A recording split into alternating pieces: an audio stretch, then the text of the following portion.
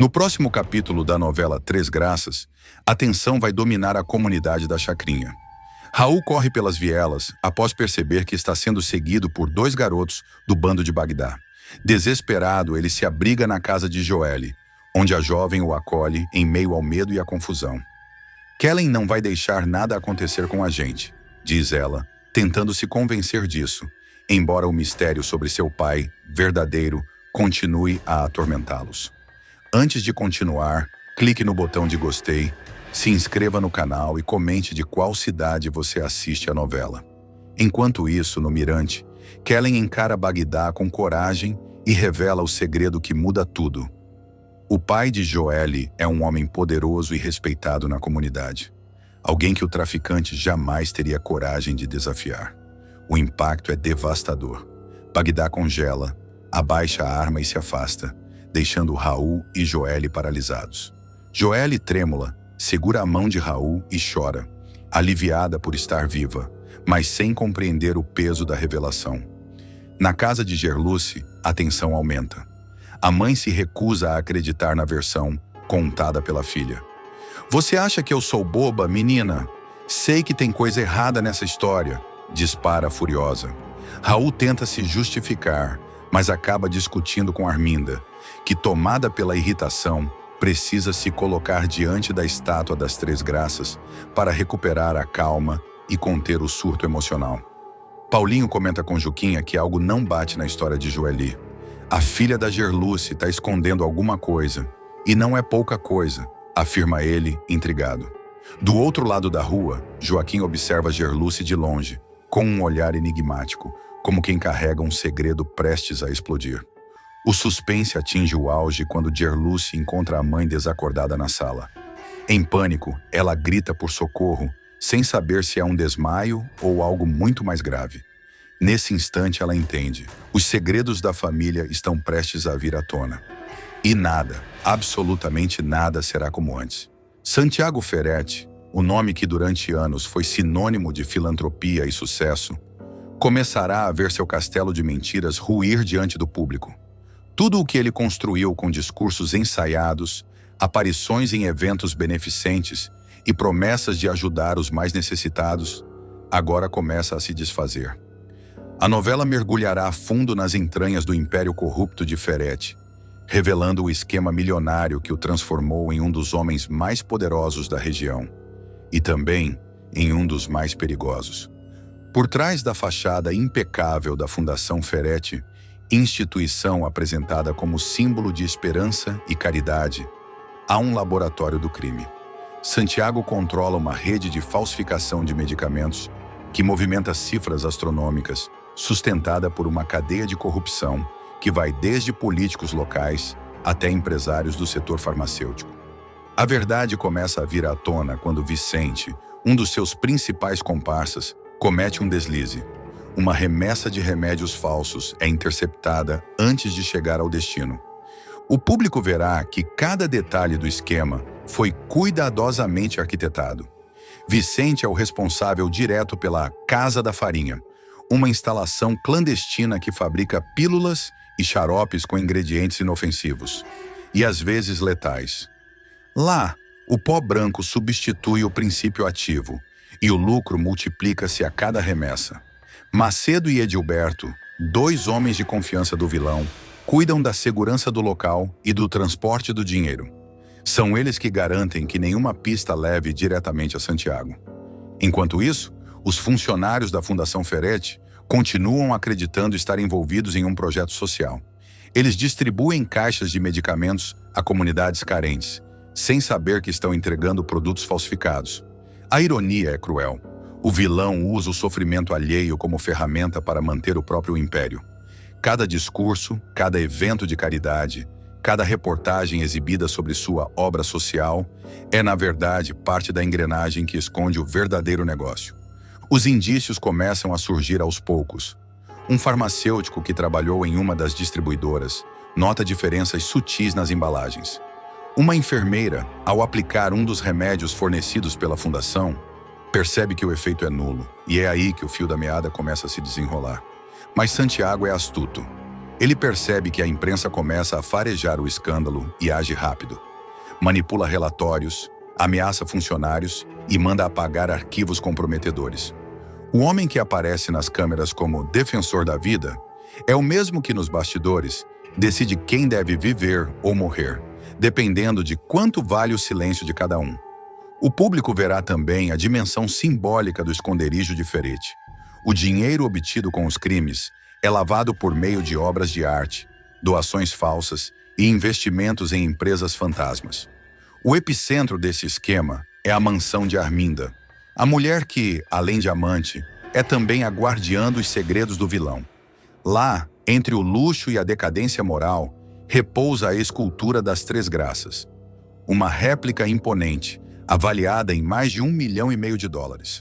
O que ninguém imagina é que dentro dela está escondido o cofre que guarda as provas do império criminoso. O esconderijo é engenhoso. Por trás de um dos painéis da escultura há uma abertura minúscula, por onde são introduzidos pacotes de notas enroladas, barras de ouro e até pendrives com dados sigilosos. Arminda, sempre calculista, é quem gerencia esse tesouro oculto. Ela mesma supervisiona o fechamento do compartimento e controla quem tem acesso ao quarto trancado. Um lugar que nenhum visitante jamais ousou questionar. Mas a tensão começará a aumentar. Um ruído ouvido por acaso, uma porta mal fechada, e de repente o segredo de Arminda pode ser descoberto. Ela passa a viver sob constante paranoia, temendo que a escultura, símbolo de beleza e harmonia, se torne o elemento que revelará o crime. Enquanto isso, Ferretti mantém o discurso público de homem preocupado com a saúde dos pobres. Dá entrevistas emocionadas, corta fitas de inaugurações e doa remédios gratuitos em mutirões. Tudo com a segurança de quem acredita estar blindado.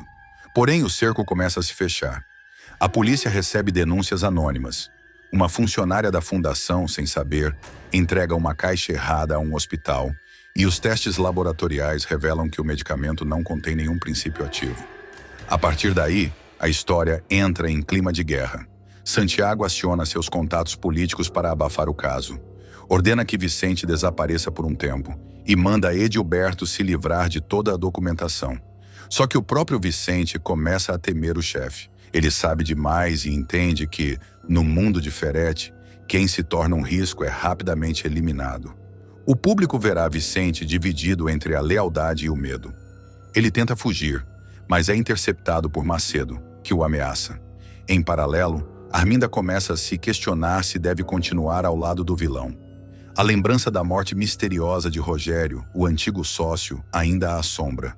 E quanto mais Santiago se aproxima dela, mais evidente fica que o homem é capaz de qualquer coisa para proteger o império de mentiras que construiu.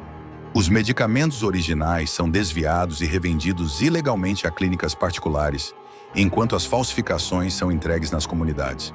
A tensão na mansão aumenta. Arminda começa a agir com nervosismo, evita visitas e proíbe a entrada até mesmo da governanta no quarto das Três Graças. Santiago percebe o comportamento da amante e decide testar sua fidelidade. Ele chega mais cedo de uma viagem, flagra Arminda observando a escultura e, sem que ela perceba, grava a cena com uma microcâmera. O clima entre os dois se torna tenso e o público passa a perceber que o casal vive uma relação de desconfiança mútua, marcada por chantagens e segredos.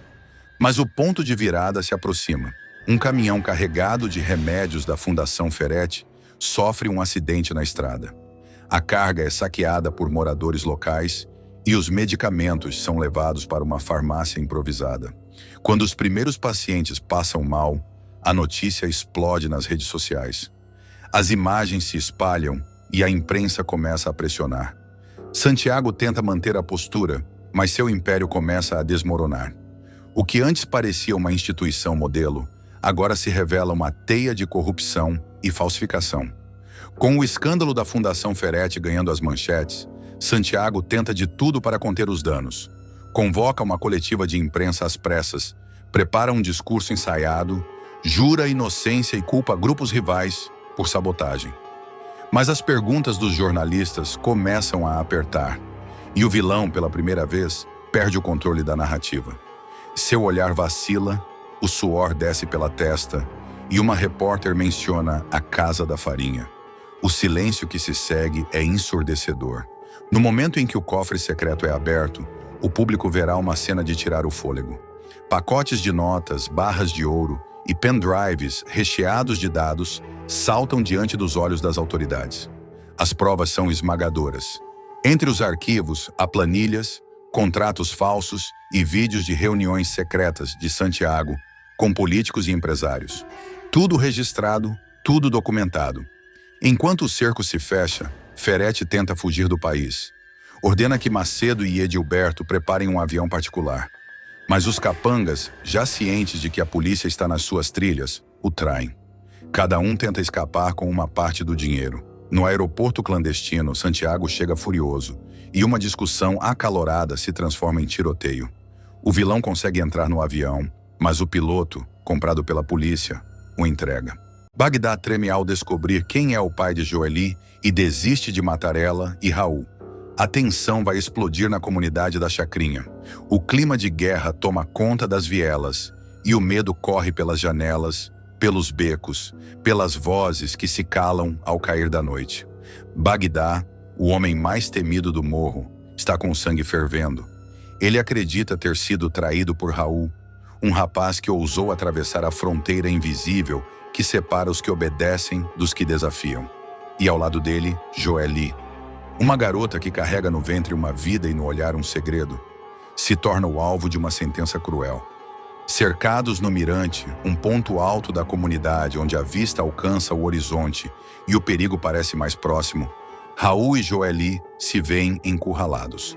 Bagdá chega cercado de comparsas, todos armados, todos prontos para executar a ordem do chefe. Os dois vão para o micro-ondas, dispara, frio como o aço da pistola em sua mão. Joely tenta argumentar. As lágrimas escorrem, o coração dela parece sair pela boca. Por favor, Bagdá, ele não tem culpa. Eu tô grávida, deixa a gente viver. Suplica, mas as palavras dela soam como vento em meio a tiros. Raul tenta protegê-la, dá um passo à frente, mas é empurrado de volta. O destino dos dois parece selado. É quando surge Kellen, a filha do pastor da comunidade, menina de fé inabalável e coragem quase sobrenatural. Ela avança entre os homens armados, ignorando os olhares de deboche. Isso não é justo, Bagdá. Você está prestes a cometer um erro que vai te perseguir para sempre, diz com firmeza. O traficante ri, um riso que ecoa com arrogância. Você não sabe de nada, garota. Sai daqui antes que eu te coloque junto com eles. Mas Kellen não se move. Ela se aproxima devagar, o rosto sereno, a voz quase num sussurro. Eu sei quem é o pai da Joely. Essas palavras congelam o ar. Bagdá, acostumado a controlar o medo dos outros, agora sente o seu próprio peito apertar. O que você disse? Pergunta, a voz rouca, o olhar tentando disfarçar o impacto. Kellen se aproxima mais, ignora o perigo e murmura o nome. O nome é uma bomba. Bagdá empalidece, dá 2 passos para trás. A expressão de raiva se desfaz, dando lugar a uma mistura de incredulidade e desespero. Você está mentindo, diz, mas a voz falha. Isso é mentira, Kellen. Não pode ser ele. A garota ergue os olhos firmes. Eu ouvi da boca dele, do seu pai. O silêncio que se segue é mortal. Nem o vento se atreve a soprar. Os homens armados trocam olhares desconfiados, sem entender o que está acontecendo. Bagdá parece paralisado, preso entre a fúria e o medo. A lembrança do pai, o homem que o abandonou ainda criança, vem à tona como um golpe. Raul observa tudo sem entender o que está por trás daquela revelação. Joely, por outro lado, sente o coração acelerar. Ela percebe que algo maior do que a própria vida está em jogo. Bagdá, por favor, tenta dizer, mas ele levanta a mão pedindo silêncio. Repete o que você disse, exige o traficante. Kellen encara o olhar feroz dele e repete sem hesitar. O pai da Joely é o mesmo que te colocou no mundo. O homem que você odeia. O choque é devastador. Bagdá fecha os olhos, respira fundo, como se o chão tivesse se aberto sob seus pés. Os braços dele tremem. A arma, firme até segundos atrás, parece pesar toneladas. Os comparsas esperam ordens, mas ele não diz nada. O rosto se contrai e o olhar perde o foco. Meu pai, aquele desgraçado, murmura e o tom é de dor. Kellen aproveita o momento. Bagdá, você sempre quis respostas. Essa é uma delas. Deus está te dando uma chance de parar, de quebrar esse ciclo. Ele a encara, ainda atordoado. Você acha que eu vou mudar porque você falou bonito, menina? Eu sou o que sou, mas as palavras saem ocas. O poder que o fazia temido já não o sustenta. Ele se sente pequeno, vulnerável, humano. As lembranças de infância, o abandono, a fome, o ódio, vêm à tona, misturadas agora com a imagem da garota que poderia ser sua sobrinha, o bebê que ele quase matou sem saber. Joelle cai de joelhos, soluçando. Raul a abraça, ainda incrédulo com o rumo dos acontecimentos. Por que você parou, Bagdá? O que ela te disse? Pergunta, mas o traficante o ignora. Kellen, firme, se coloca entre eles. Agora você sabe que o sangue que corre na Joelle é o mesmo que corre em você. Vai atirar nela? Vai queimar a própria família? Essas palavras o atingem como um tiro. Bagdá dá um passo para trás, encara o horizonte, como se tentasse fugir do próprio destino. O sol começa a se pôr, tingindo o céu de vermelho. É como se o morro inteiro respirasse junto com ele. Pesado, sufocado, dividido entre o crime e o perdão. Um dos capangas, nervoso, se aproxima. Patrão, a gente vai fazer o quê? Dá a ordem. Bagdá gira lentamente a cabeça, encara o rapaz com os olhos marejados. Pela primeira vez, há humanidade naquele olhar. Ninguém vai morrer hoje. O silêncio volta a reinar, mas agora é outro tipo de silêncio, o que precede uma mudança. Raul solta um suspiro de alívio. Joelle desaba em lágrimas. Kellen mantém o olhar fixo no homem que, por um segundo, parece mais perdido do que perigoso. Vocês têm sorte, murmura ele com a voz embargada. Mas isso aqui ainda não acabou. E vira as costas, desaparecendo nas sombras do morro, levando consigo um peso que nenhuma bala poderia aliviar. Kellen ainda tenta entender o que fez. Raul e Joelle se abraçam tremendo. A jovem passa a mão na barriga e murmura. Nosso filho viveu por um milagre. Mas o milagre tem preço. E o destino ainda prepara novas provas. Porque o segredo que Kellen revelou é só a ponta de um passado que pode transformar o morro inteiro em campo de guerra. Bagdá desce o morro como um homem possuído por fantasmas. O rosto fechado, o olhar distante e o peso da revelação corroendo sua alma como ferrugem. Ele entra em seu barraco, tranca a porta e se joga na cadeira, respirando com dificuldade. O nome do pai ecoa em sua cabeça. Lá fora, a comunidade ainda comenta o ocorrido. Os becos fervem de boatos, as vozes sussurram que Bagdá travou na hora H, que ele viu o diabo na frente. Alguns dizem que foi medo, outros acreditam que foi um sinal divino. Mas quem esteve lá sabe, houve algo mais profundo, algo que tocou a alma do homem mais temido do morro. Enquanto isso, Kellen caminha de volta à igreja com o coração disparado. Ela sabe que mexeu num vespeiro. Revelar o segredo do pai pode ter salvo 2 vidas, mas também colocou a dela em risco. Bagdá, do lado de fora, observa a igreja à distância. Ele a vê pela janela. O homem que o renegou, agora cercado de fiéis, pregando salvação com a voz doce de quem nunca pecou. O ódio e o amor se misturam dentro dele, como 2 forças tentando rasgar o mesmo coração. O morro inteiro parece diferente. Joelle e Raul observam de longe, abraçados, sem saber se aquele foi o fim de um pesadelo ou o começo de outro. O vento sopra forte, levantando poeira, levando embora o som dos tiros que nunca aconteceram. Bagdá caminha pela rua principal sem pressa, sem destino. As crianças o olham com curiosidade, sem medo. Pela primeira vez, ele não impõe terror, impõe silêncio. E nesse silêncio, o morro entende que algo profundo mudou. A noite cai sobre a chacrinha. O som dos tambores de um culto ecoa ao longe. E, dentro do barraco de Bagdá, a arma permanece esquecida sobre a mesa, como se a guerra que ele sempre lutou tivesse perdido o sentido. O enigma. Que Ferete lança à toa é a chave do mistério de Três Graças. O que começa como uma conversa banal entre marido e mulher vai se transformar na maior virada. Ferete, o homem que todos veem como o benfeitor da cidade, deixará escapar um enigma que mudará o rumo da história. Uma frase solta, dita ao acaso, mas que vai ecoar como um sussurro mortal pelos corredores da fundação que leva seu nome. O público verá o vilão abrir o coração a Zenilda, sua esposa, num raro momento de fragilidade. Ele falará da morte de Rogério, o sócio desaparecido, marido de Arminda, com uma mistura de saudade e teatralidade, como quem tenta encerrar um assunto que nunca deveria ser reaberto. Mas quem prestar atenção vai perceber. Cada palavra dita por Ferete é uma armadilha.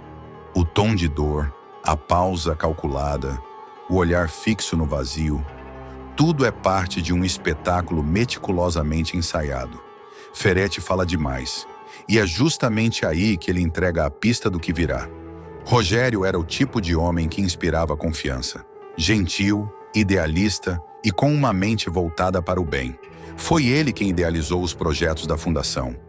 Um sonho de ajudar os necessitados e transformar Três Graças em um refúgio de dignidade. Ao lado de Ferete, acreditava estar construindo algo maior. Mas então veio o bilhete. Uma folha amarelada, escrita às pressas, deixada sobre a mesa do escritório. Nele, palavras que falavam de culpa, de cansaço e de um desejo de desaparecer. Tudo indicava suicídio. O problema? Nada ali parecia escrito por Rogério. Arminda, devastada, acreditou. A polícia confirmou. O caso foi encerrado. Só que Josefa, que tudo observa e pouco fala, nunca engoliu aquela história. Ferete, num jantar aparentemente inocente, resolve reabrir o passado. Ele comenta com Zenilda, mexendo distraidamente no copo de vinho. Por que ainda falam na morte de Rogério? Um homem que deixou um bilhete. O caso está encerrado. Zenilda, sempre submissa, tenta consolar. Talvez ele tenha descoberto alguma doença e não quis ser um peso para ninguém. Mas Ferete vai além. Se foi isso, ele podia ter me contado. Eu teria achado uma cura, Zenilda. Eu moveria céus e terra para salvar o meu amigo. A entonação é perfeita, mas há algo estranho na escolha das palavras. O público verá o olhar de Zenilda tremer, como se intuísse que há mais naquela dor do que simples luto. A câmera foca no rosto do vilão. Um leve sorriso surge, rápido demais para ser notado por quem está na sala. Na manhã seguinte, Josefa comenta com Gerluce sobre o caso. Aquele homem não se matou, não. Aquilo foi coisa de gente viva, gente fria. Gerluce arregala os olhos, espantada. A senhora está dizendo que foi assassinato? Josefa aperta o terço entre os dedos. Eu não digo, eu sinto. O corpo nunca apareceu. E um homem bom como Rogério não vai para o mar para morrer, vai para respirar. Enquanto isso, a câmera corta para Ferete, observando o retrato do antigo sócio na parede da fundação. Há um detalhe sutil. Uma marca no quadro, como se ele tivesse sido recolocado recentemente. E atrás da moldura, o público verá um envelope lacrado com o nome de Rogério em tinta vermelha. Nos bastidores, a novela começará a plantar as sementes da grande reviravolta. Enquanto todos acreditam na morte, Rogério estará vivo, escondido, ferido e determinado a voltar. As cenas mostrarão flashes do mar revolto, pedaços do bilhete rasgado e uma lancha sendo conduzida por mãos misteriosas. O homem que todos choraram não morreu. Ele foi empurrado para fora da própria história e agora quer reescrevê-la. Arminda começará a ter sonhos com o marido chamando por ela. Você está viva, Arminda, mas eu também. A mulher acordará assustada, sem saber se é uma lembrança, um aviso ou apenas saudade. Enquanto isso, Ferete continuará manipulando tudo e todos. Ele organiza eventos beneficentes, doa dinheiro, sorri diante das câmeras. O retrato do homem perfeito. Mas nos bastidores, o público verá o oposto. Ligações misteriosas, cofres trancados e conversas sussurradas com Zenilda sobre documentos antigos e segredos de fundação. Em uma dessas conversas, ele deixa escapar. Se aquele bilhete voltasse à tona, tudo viria abaixo. Zenilda pergunta, Que bilhete, Ferete? E ele responde rápido demais. Nada, minha querida. Coisa da minha cabeça. A partir daí, cada aparição de Ferete se tornará um jogo de xadrez. Cada frase, um movimento. Cada pausa, uma ameaça. Josefa se tornará o grande fio condutor desse mistério. A matriarca, com sua sabedoria e intuição afiada, vai costurar as pontas soltas que todos ignoram. Ela percebe que Ferete fala do caso como quem quer enterrar um segredo, não um amigo. Tem gente que chora para não molhar o sangue nas mãos, dirá em tom enigmático. Ela também encontrará um antigo recorte de jornal com o título Corpo de Empresário Continua Desaparecido, guardado entre as páginas de uma Bíblia. Sumiu o corpo, mas ficou a culpa, murmura Josefa, fitando o vazio. Gerluce, curiosa, decide investigar o antigo escritório de Rogério. Ali, ela encontra uma caneta dourada com as iniciais R.A. e uma mancha de tinta na parede. O mesmo tipo de tinta do bilhete, só que a cor é diferente. Ela comenta com Arminda. Dona Arminda, o bilhete dizia que ele estava cansado da vida. Mas o Rogério que eu conhecia não se cansava nem de respirar. Tinha alguma coisa errada ali. Tudo se encaixa como um quebra-cabeça que só o público percebe. Ferete, em sua ânsia de parecer inocente, fala demais. Josefa, com sua sabedoria silenciosa, entende o não dito. Arminda, sem saber, carrega a chave emocional. E Rogério, o morto que vive, prepara o momento de reaparecer, não como vítima, mas como o fantasma da verdade. A cada capítulo, o suspense cresce, a trilha sonora se intensifica, o olhar de Ferete endurece, e o público começa a entender que o enigma não está apenas na morte de Rogério, mas na mentira que Ferete contou para sobreviver. Os dias seguintes em Três Graças serão marcados por um clima estranho, quase sufocante. As palavras de Ferete ecoam como um feitiço maldito, despertando dúvidas em quem antes aceitava a história do suicídio sem questionar.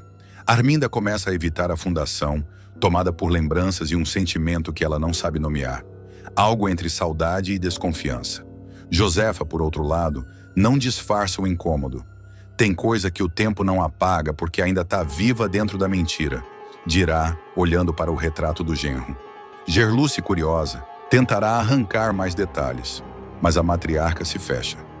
A verdade vem sozinha, e quando vier, vai doer em mais de um. Enquanto isso, Ferete segue controlando o jogo.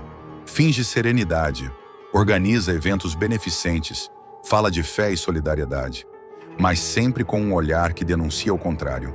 Quando fica sozinho, seu semblante muda. Ele encara o espelho e sussurra para si mesmo. Ninguém precisa saber. Ninguém nunca vai saber. Zenilda, percebendo o peso que o marido carrega, tenta acalmá-lo. Você devia deixar isso para trás, Ferete. Essa história já acabou. Mas o vilão, num tom gélido, rebate.